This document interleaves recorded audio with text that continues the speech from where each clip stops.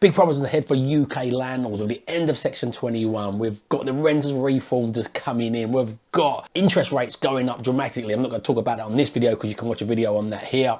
Or here, I can't remember which side that is. We've also got loads to talk of a recession. Again, I've done another video on that here. You can watch these videos along the bottom if you want to watch the full video, but we're going to talk about this renters reform in this video today and the challenges landlords will potentially face. And do I think this is a problem, and do I think this is the end of buy-to-lets? Is this going to kill the buy-to-let market?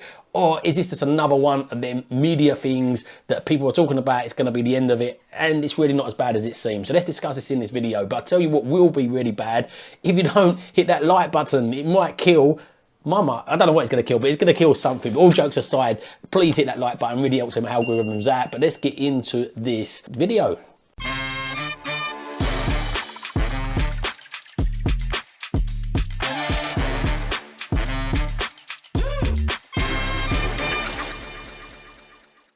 So last month we had the renters reform. Look, Shelter have been pushing back on this massively, and a few organisations and the government in 2018 announced it's going to do this new renters reform, and they're going to look into a number of things. The things they're going to look into, what I'm going to do now is I'm going to read out what they're looking into, and then we're going to go into each one of these subjects in depth, and I'm going to give you my opinion of where I think it's at with it. By the way, my opinion is, I'll let you know at the start, I'm still investing, but I'm going to tell you what I'm doing about what I've been doing about these before this even reform was written up to protect against it. And so make sure you stay to the end. We'll give you a good little action plan as well to protect against that. So what we're going to discuss here as well, look, the renters reform, the main subjects of there was the abolishment of the no fault evictions in Section 21. This is the big news one. We're also going to be the mandatory property ombudsman for landlords as it stands. Letting agents have to have this, but landlords hadn't before that. We're going to be talking about tenants' pet requests. So pet requests in property is being abolished, like they don't have to request them anymore.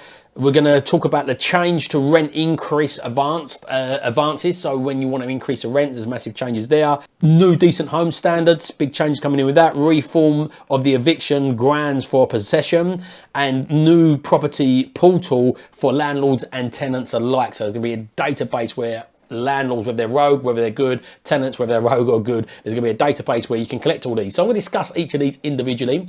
What I've been doing about pretty much most of these before this even come out, and before I even thought about this, just as a good business measure as a buy-to-let and a property investor. And as I said, at the end, we'll discuss some actionable things you can do. Look, there's loads of uncertainty in the market. Is buy-to-let dead? As I said at the start, no, it's not dead. Look, buy-to-let in London and the South has been dead for a while. I'm not going to talk about that too much now because I've done a video on this. But buy-to-let is very much still alive, especially in the northeast, Wales and the north, and areas where you can buy properties at a reasonable price. Single, vanilla, buy-to-let properties still work really, really well. And as I said, they work really well in these areas further out from London and the South where the price per earning ratio is aligned. There is a massive wealth shift and transfer going on at the moment. Again, I've done a video on this more in depth about how this is getting leveled up with the governments leveling up the playing field policy that come in, and the powerhouse of the North deal that come in 2014. You're really seeing that shift in capital appreciation and property wealth. And the pandemic just fast forwarded that with people being able to work from anywhere and more accepted to work online. So lots of people have got this race for space and this race for a better standard of living. And then people are moving back to these areas, the industry going back to these areas. As I said, I'm not going to talk too much on it here because I've done loads of facts on that video. Again, watch these videos along. You'll get the suggestions of these videos in the description if you want to watch this full now and then come back to these afterwards. But let's get into this renters reform. So first of all was the abolishment of the no fault Section 21 evictions. So what is a no fault eviction? So basically when you got to the end of your agreement, 6-month agreement, you could just for no reason say, I want my property back. 9 out of 10 landlords want their property back is because of a tenant, especially they want to keep the property and they want to stay being a landlord. So not even wanting to move into the property yourself, not if you wanted to sell the property, but if you want to continue being a landlord, the only reason you'd want your property back is because the tenant's not living up to their side of the bargain. Few and far between is their landlords that are rogue landlords. Like apparently I think there's 12% of uninhabitable properties being rented out in the sector at the moment. So these are the rogue landlords. So it's a smallish percentage in comparison to the whole market. Still 12% is too high, and it should be, but there's a very small percentage of landlords that will move a tenant out because the tenant's asking for repairs. Most of the time when there's no fault eviction, it's because the tenant's been in arrears. And the thing is, the way the system's set up at the moment is designed, look, if they're not in 2 months of arrears when you take them to court, often you can't get them out of your property with a Section 8, which is a reason. But with this reform, you can no longer give them a no fault eviction. But apparently, if somebody's a repeat, what's coming into it's not apparently, but what's coming into is if they're a serial being in arrears, so they've been in arrears 3 times in the last 3 years, you can get them out and fast forward that through. What that will look like, who knows? Does it mean you still have to take them to court? Who knows? This is the pain. Like at the moment of a Section 8, you have to take them to court. So often, if you've got 6 months, what we've done in our business previously is we've had a 6-month tenancy in place, and if we realise within the first few months they're no good or they're going to arrears, we just wait to month 4, give them the 2-month notice and get them out on the 6th month without going through a court process, without paying court costs. But that said, the biggest hedge we've got against this though, and I've never been to court. I've been a landlord since 2009. We've had hundreds of tenants. I've never been to court once. And what we've done against taking tenants to court, even before all this talk come in, was number one, we usually negotiate with them. We usually bargain with them, say, look, we'll wipe out your arrears and we'll help you move, or we'll bargain. First of all, we initially start with wiping out their arrears, then we'll bargain a few other things in. And this negotiating with them usually works, and it's worked every time with us. But the other tool we'll put in place probably about for the last 4 years, so way before all this talk got put in, really got momentum, is I started using rent insurance. And this don't matter, the tenant gets in arrears or not, it gets covered by a legal company. Rent insurance does 2 things. Number one, it insures you, and a few times we've made the odd claim. But in most cases, we don't make claims anymore because when a tenant gets a letter through from a solicitor firm and not a letting agent, not a landlord director, well, a section notice and a notice to leave the property from a solicitor, they take that a lot more serious. There's so many programs out there that teach tenants how to play the system basically. But when they get a letter from a solicitor, whether they think they can play the system or not, because it's come from a solicitor, it just carries that stamp of authority.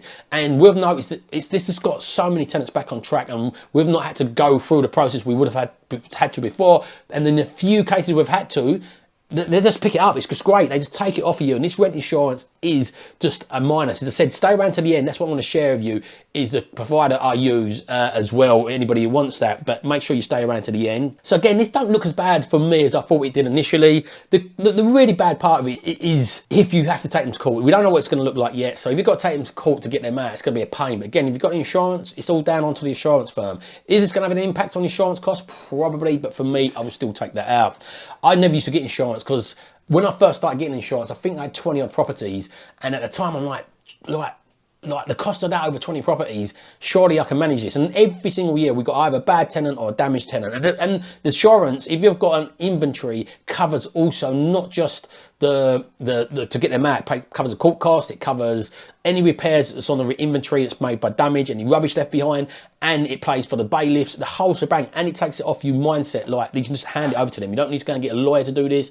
They don't do the whole thing. You don't have to get a specialist to do this. It gets covered by those. So for me, for that peace of mind, for like, it's usually between about £10 or £20 a month. For that peace of mind, I'll take that. How I sold this to myself at the time was, I've had good tenants in the past leave because they said they can't afford to stay, and I've offered them a discount because I know they look after the property and I know they pay. So this is giving you that insurance that they're going to do that. So if I've got one tenant standing here that I know a guarantee, another one here I know is a bit of a gamble, I'll take £10, £15, £20 a month less for that person that I know is the guarantee. Next one is new property ombudsman, mandatory for all landlords. I don't think this is a really harsh one. Let's just make sure it's a complaint system and somebody's got someone to go to.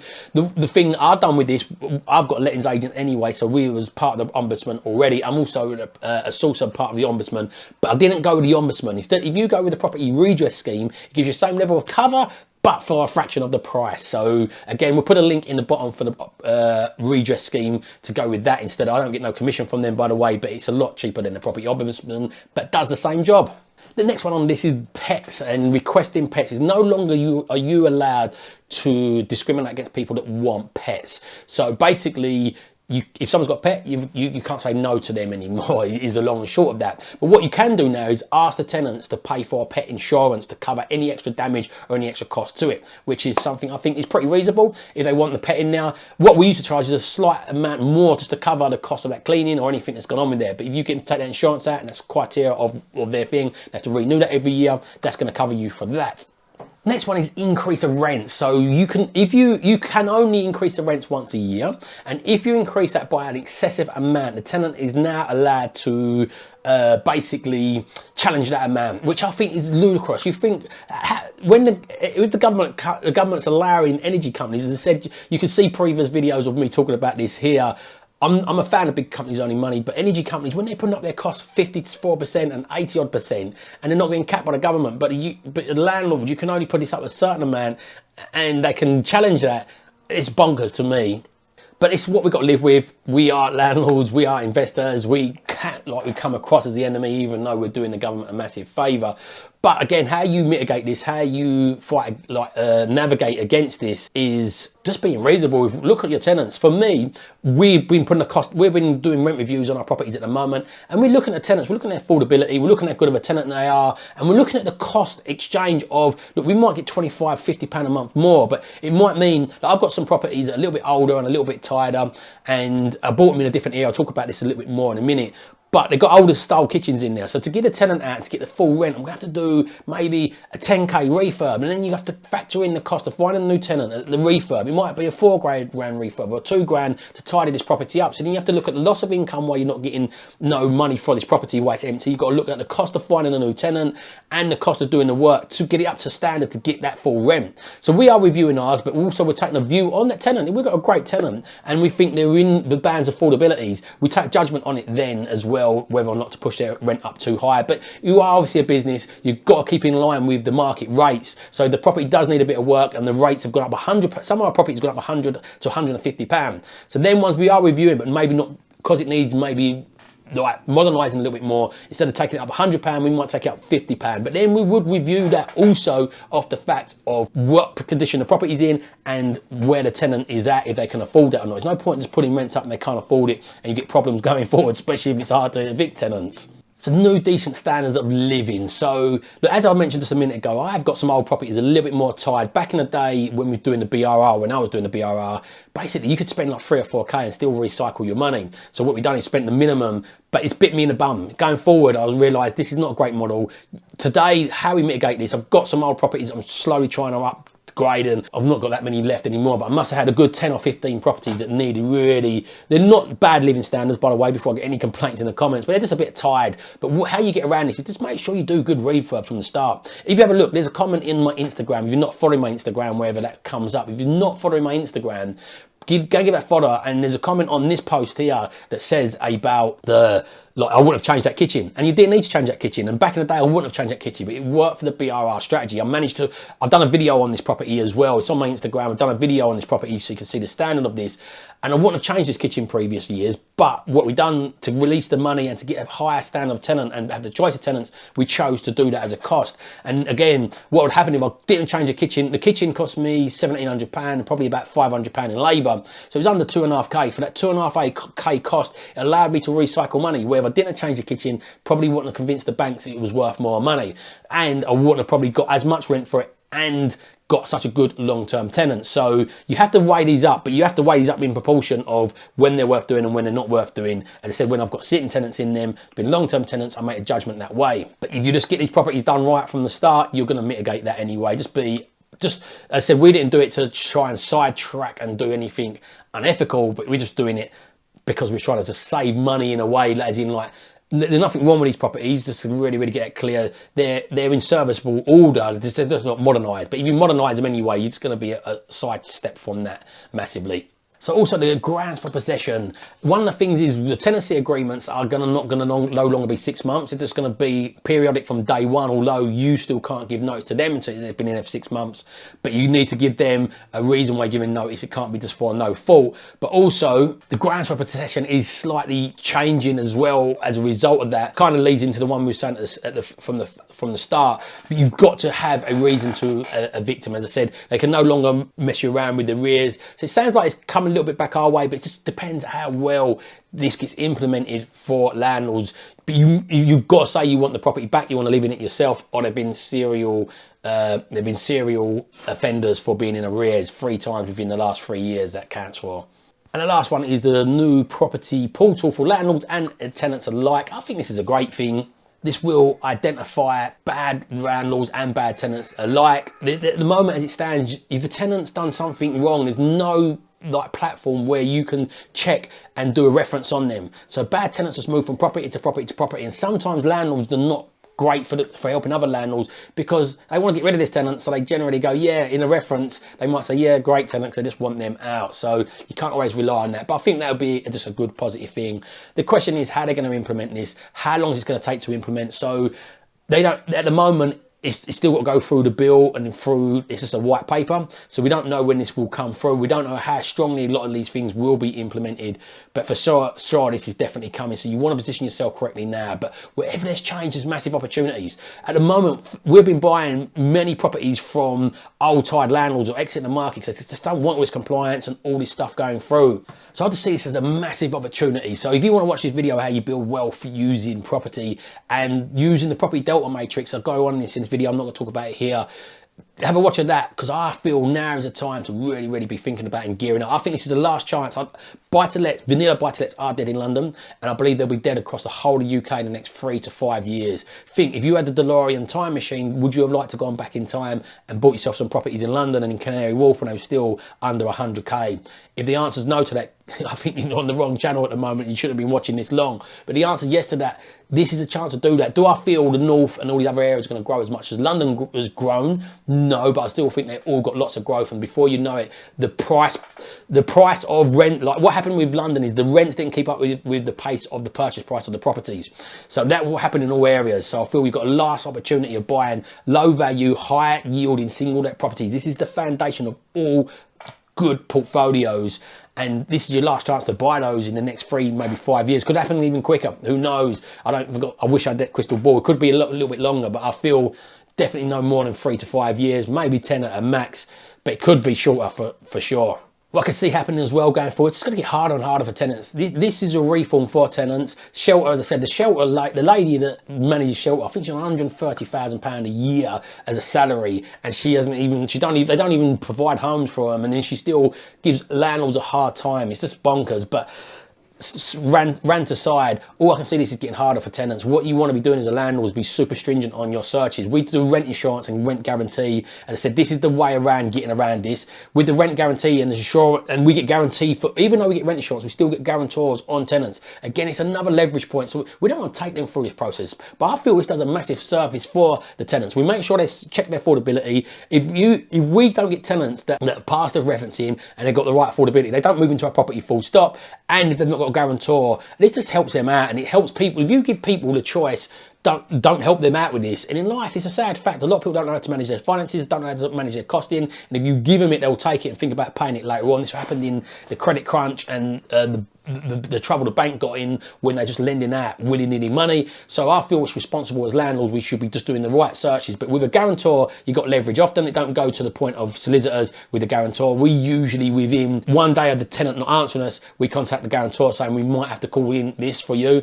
And then they answer. And also, if you have to take it through the court system, there is any arrears, all the arrears are going to be being paid anyway, but they will chase the guarantor as well for this. Make sure you maybe potentially got a debt collection company if you're not going to go down them options, because when you speak to the guarantor, you can say, look, we've got this debt collection company, they will come after you, it will go down as a default against your credit, and they have to be homeowners, and they have to be or in good positions job-wise and affordability to pay that.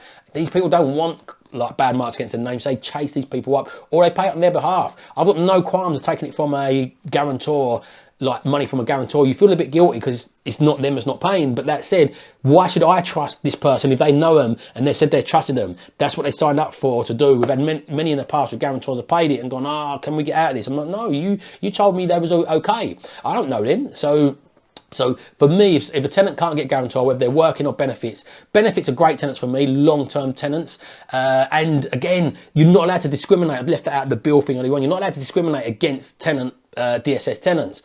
And for me, I'll never do anyway. They're the greatest tenants I find anyway. This really helps you out with the all-weather portfolio. So there is a video, and it'll be along the bottom, how you build an all-weather portfolio. But if you've got tenant properties that can be covered by housing benefits and housing benefit tenants, we do get long-term tenant style people in now. And there's good tenants in bad benefits, and there's bad tenants in benefits. There's bad tenants in workers, and there's good tenants in workers. It's about referencing them individually. What we usually get is families, mums that can't afford the childcare most of the time, so they just need the support from the benefits. I find them great tenants. We just reference people properly, find them out, who they are, whether they're working or not.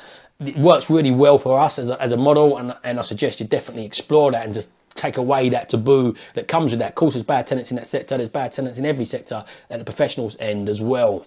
So as I said, what you want to be doing, make sure you just search a demographic and a type profile you want. The profile tenant you want will go down to risk.